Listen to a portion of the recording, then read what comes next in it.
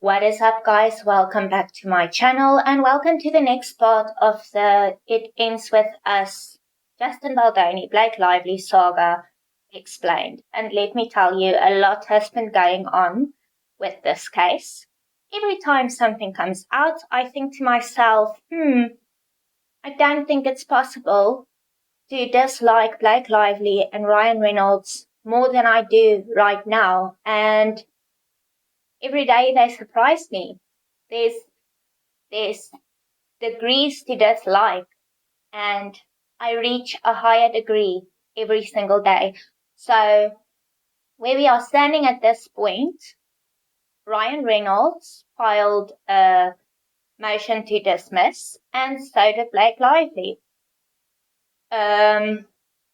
What I could gather from those filings is, first of all, Ryan Reynolds is unhinged. I don't know how we missed it for so long, okay? But he's a bully.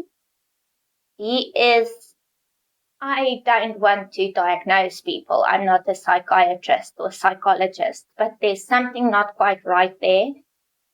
He for sure gives narcissist. That's what he's giving. And in the motion to dismiss, he basically admitted to everything. And I cannot see how anyone can, after that document, support him in anything.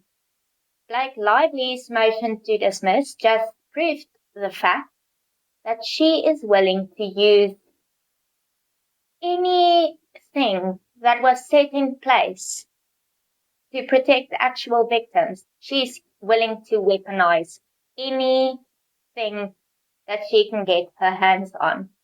And she will fully use the fact that she was born with a vagina to her advantage. That is what we deemed so far. Now, we're gonna pick up where we left off in the last video. We are very behind on this story, but like I said, I want to go through every single thing so that someone can come onto this playlist on the YouTube, go through everything, and know exactly what's going on. So we're going to start where we ended off last time. Last time we ended off with, when the parties have their day in court, the jury will recognize that even the most powerful celebrities cannot bend the truth to their will. So now we are starting out here at point 20, which is just saying Baldoni co-founded Wayfarer in 2019. From the beginning, Wayfarer was dedicated to be a different kind of studio, one that produced world-class entertainment driven by a powerful vision for change. Baldoni, whose film career was dedicated to producing and directing meaningful films to have a positive impact on the world, was deeply moved when he read the book It Ends With Us and genuinely believed he could make a film that could save lives. His last two films were created as a result of a deep sense of responsibility to share meaningful stories. Baldoni's feature film directorial debut, 5 Feet Apart, was based on a young woman, Claire Wineland, who lived with cystic fibrosis and courageously documented her plight on YouTube. Baldoni, his family and friends developed a friendship with Claire, whose journey deeply inspired Baldoni. Before Claire passed away, Baldoni promised that he would tell her story, and he did just that in the film that he directed. The film had a wide impact on the CF community, and Baldoni still receives messages about the film's impact. Baldoni also supports her foundation yearly and remained close with Claire's parents, even bringing her father as his guest to the premiere of It Ends With Us. Baldoni's most recent film was the Wayfarer film Clouds, a true story about a teenager with cancer who finds joyful purpose and inspiration in music. So basically, this was the whole purpose of Wayfarer Studios and what Justin wanted to do. He wanted to make meaningful stories. That's it. He wants to tell stories that changes people's lives. In pursuit of that same vision, in 2019, Wayfarer acquired the film rights for It Ends With Us, a Colleen Hoover novel published in 2016. Though positioned as a romance novel, the book explores themes of DV and generational patterns of schmabuse. Can't say that word on YouTube. Schmabuse. I hope you are picking up what I'm throwing down. And these messages resonated deeply with readers and drew a passionate fan base. Guys, it's very hot. I'm going to put on the aircon. I don't know if you're going to hear it or if it's going to affect the, what do you call it? The sound, but it's very hot. Hold on.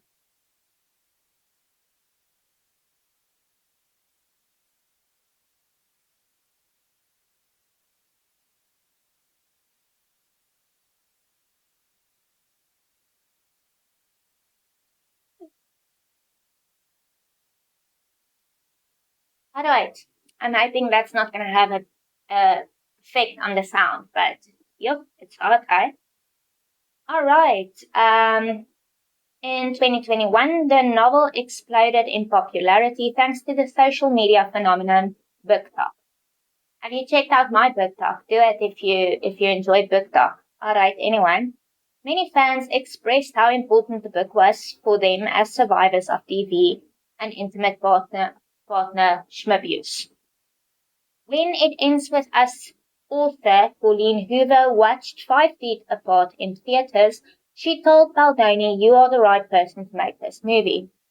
Hoover also suggested that Baldoni portray Ryle. Then they attach emails here between Justin and Colleen Hoover.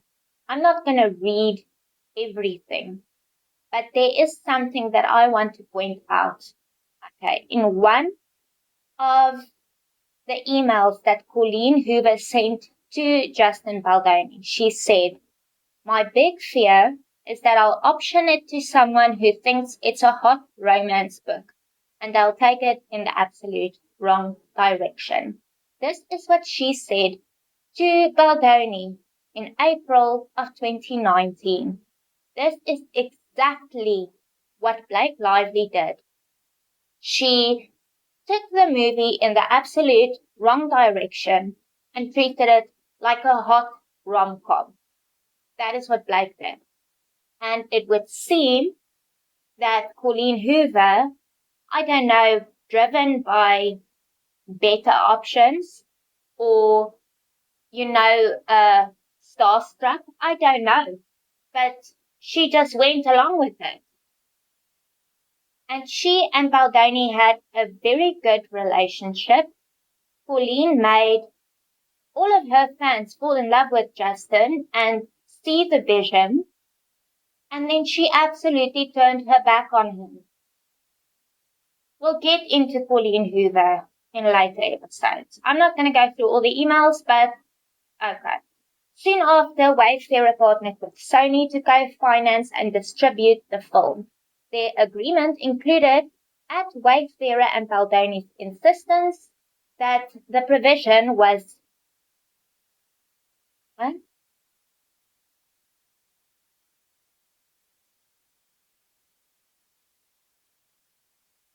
The agreement included a requirement that 1% of the film's proceeds must be donated in support of survivors of DV. That 1% was ultimately earmarked for the organization No More, with which Baldoni had sought out a partnership as early as September 2022.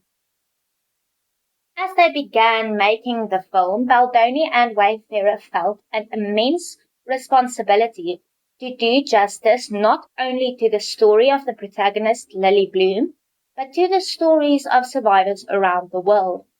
His CEO of Wayfarer expressed to Forbes on the 28th of June 2024 his high hopes for the film. "I hope that people leave the theater feeling inspired. that for those who have been hurt, that they feel seen and that the story was told in a way that honored them. I feel like people who may in themselves as someone that may hurt somebody think twice about it. So I hope that people leave feeling that they got a glimpse into a world that oftentimes we turn our eyes away from. In casting Blake Lively, a world-renowned actor with talent and charisma in the leading role, they entrusted her with that vision to bring Lily to life. Although Wayfarer learned that Lively had a reputation for being difficult to work with, Baldoni at the time was not dissuaded and found her to be genuine. Shame.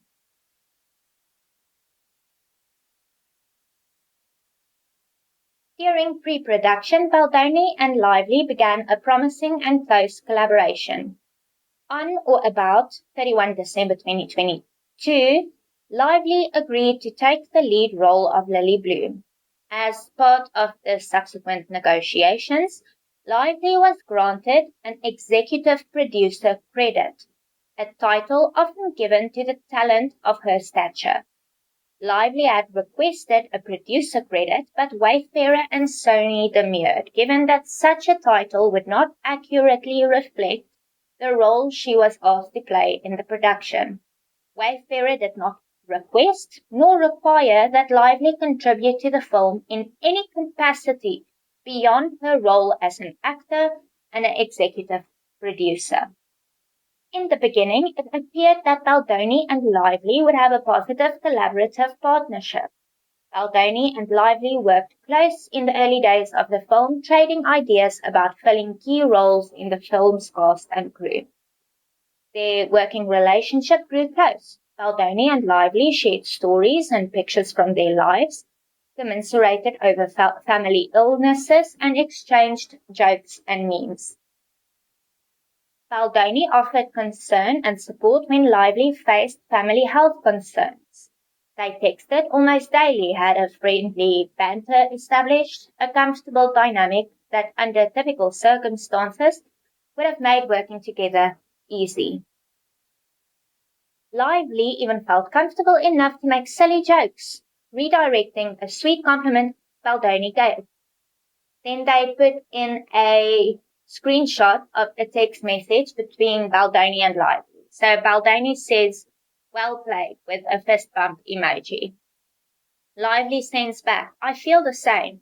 It's such a good feeling to get work done that we are proud of, and to do it together. It just clicks when we find it. And that is just as rewarding as filming it, or editing it, or marketing it, or releasing it. This is all storytelling. This is why we do it.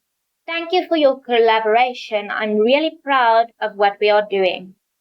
Justin then loved reacted the message, and he sent, I like sentimental Blake. And she sent back, "Never met her." He said, "I also like Ethel Blake, don't worry. Okay, good night." Blake said, "I have met her. So have my suppositories. Good night." So, what this text message is showing us, this was the end of 2023. They had a banter.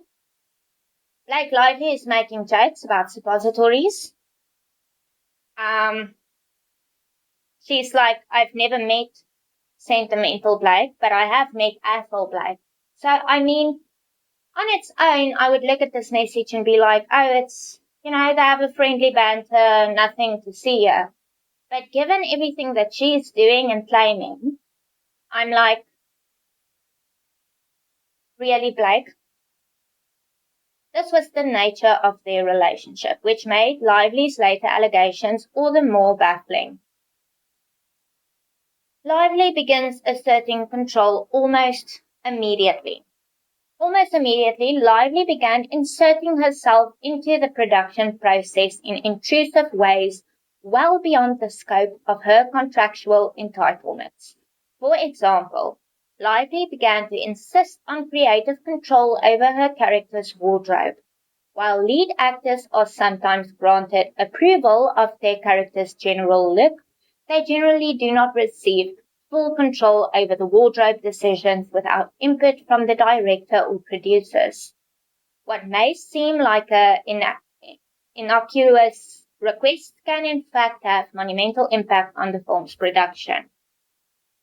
Ignoring the director's vision of her character and disposing of weeks of efforts and creativity spent on the wardrobe team and shopping and carefully crafting her wardrobe, Lively sent hundreds of images to the film's costume designer, including into the late hours of the evening, depicting the style of the wardrobe she wanted for her character. The costume designer had to reshop Lively's wardrobe, far exceeding the allocated budget and diverting time and resources, while also preparing wardrobes for the rest of the cast.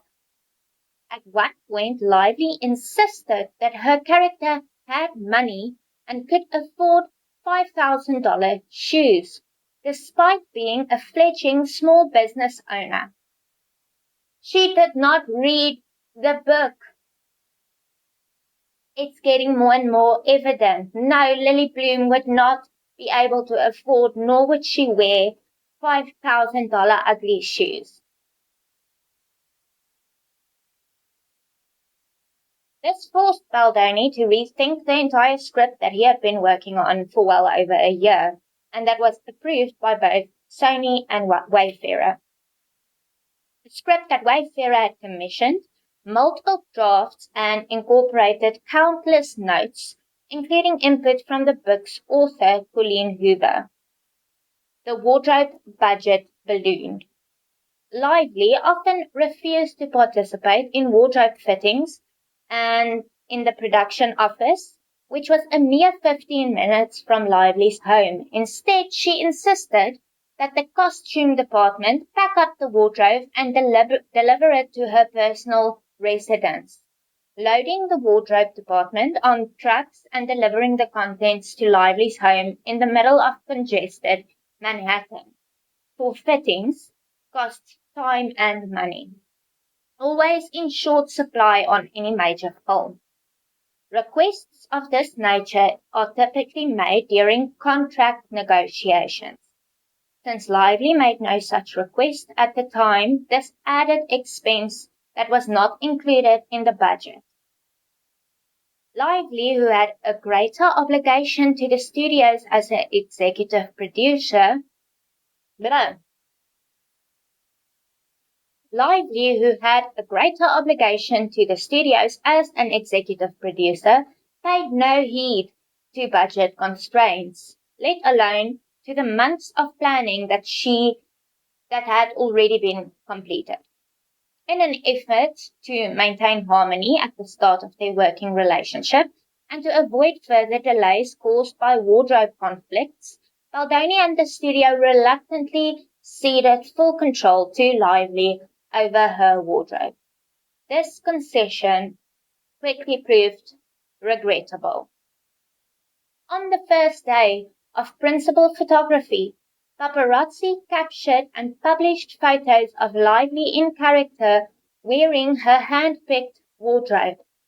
These images were widely reported as unflattering and sparked a backlash from Sony. Baldoni received direct criticism from Sony, who voiced serious concerns about the impact of the photos on the film's public reception. I'll put in an image here. She looked awful. That is not being rude. That is not being fat-shaming or whatever other terms they want to throw out. How is your director, your boss, supposed to come to you with concerns about you looking like shit without it being labeled as harassment or fat-shaming? That outfit that she chose is objectively ugly. Not to mention expensive for some reason that I can't make out. I'll put in the pictures. You decide for yourself, but Following these events, Baldoni approached Lively in her hair and makeup trailer where she was surrounded by her team to ask if they could speak after she was done getting her hair and makeup done. Baldoni wanted to discuss necessary wardrobe adjustments, reassert his role as director, and get her on board with having approval over the character's wardrobe. They later had a conversation in her trailer. While professional, it took considerable time and was later grossly misrepresented in Lively's CRD complaint, which falsely characterized the exchange as a lengthy outburst that delayed filming and forced the crew to wait for hours while Baldoni cried in Lively's dressing room. On information and belief, Lively circulated this false account to the New York Times with the intention and result that it would be widely published.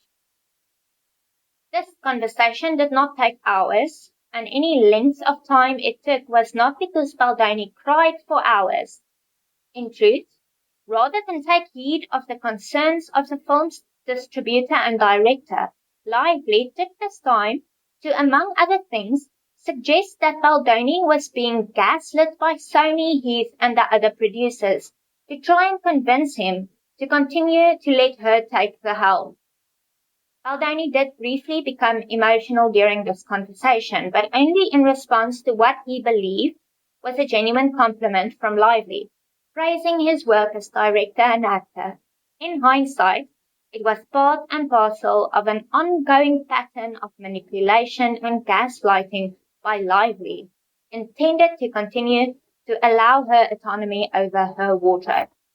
Through this whole court filing, through everything that happened, you can see like it is page 1 of the narcissist playbook. The love bombing, the manipulation, gaslighting, turning everything around. She started out being like, oh, you are such a great director. Don't let them do this to you. What? And then later in the CRD complaint, she's like, he came and cried and criticized her weight and her outfit. The outfits look cock, madam. This, and they are putting screenshots. There's screenshots of this. That day that the paparazzi took the photos, the internet was trolling her. And you know, I do not condone bullying about someone's appearance. I do not condone that. But even when I saw that photos, I was like, that does not have they read the book? At this point, we didn't know that she dressed herself. People were asking, why did they dress her like that? She looks older, and that's not elder shaming. She looks older than she is. It's not flattering. So this is months before the so-called smear campaign, and it just proves that she smeared herself. It's me, hi, I'm the problem, it's me, like your friend said, Lively. She did this to herself. Anyway, my tablet is almost flat. I'm gonna almost end off. I think I'm gonna try and make the episodes shorter and post more regularly so that we can get through this. Alright. Lively later distorted this conversation in support of her baseless harassment allegations, alleging that Baldoni made inappropriate comments on her appearance. In reality, Baldoni, the film's director, was relaying that the distributor concerns and the widespread social media criticism regarding the wardrobe's failure to meet audience expectations, a sentiment Baldoni shared. This incident is just one of many examples of Lively's troubling pattern of manipulation and lies. We are going to end it off there for today, but everything she alleges is so twisted and has been proven to be false. But just even if you take her claims on face value, he made inappropriate comments about my appearance. He's your director. He can say, you look like shit. It would be rude and mean, but this is not like a law office. Or you are a nurse and this is your doctor saying, listen, you look like... This is acting. You are playing a character. He is your director. He is allowed to make comments on your appearance as the character that she's been acting since childhood because she's a Nepo baby. She must know this. And it seems like she has a difficult time to, split her acting and real life. I don't know what to tell you. There's so much more to cover. So many things that came out. So many new legal documents to go through. So I'm going to try and upload more episodes during this week. Things have been hectic. I'm trying to get the studio open. Friday is my first stand-up comedy show of this year. Next month I'm going to Cape Town for 3 shows. Then I'm going to Durban. A lot going on. And this week in particular has been very overwhelming. Unfortunately, I work alone and there's no one here that I can sue for harassing me in order to get my son. So, I must still learn how to use this being a woman thing to my advantage. It pisses me off. I'm sorry, I can't even hide it. And then these pro-lively people who always also still brings up Johnny Depp as an example, who still sides with Amber Heard. I can't take you seriously, I'm sorry. Get your head out of your arseholes, is what I think. It's all here. And the fact, I don't want to jump ahead, but she literally in her, filing to dismiss, wants to use a law that was put in place in California to protect victims of SA and serious SH against retaliation from people more powerful than them. That is what that law was put in place for. She wants to use that when she is the powerful one in this situation. And she's the one retaliating because she did not get her way fully. She got her way, actually, but she couldn't stand the public not bowing at her feet for 5 minutes. She was like, no, someone needs to pay. Because people dislike me because of my own actions. Shame on you. Horrible women. Alright, I got mad. I'm sorry. See you in the next episode. Thank you for coming. Remember to subscribe, like, comment, blah, blah, blah. Alright. I need coffee. Bye-bye.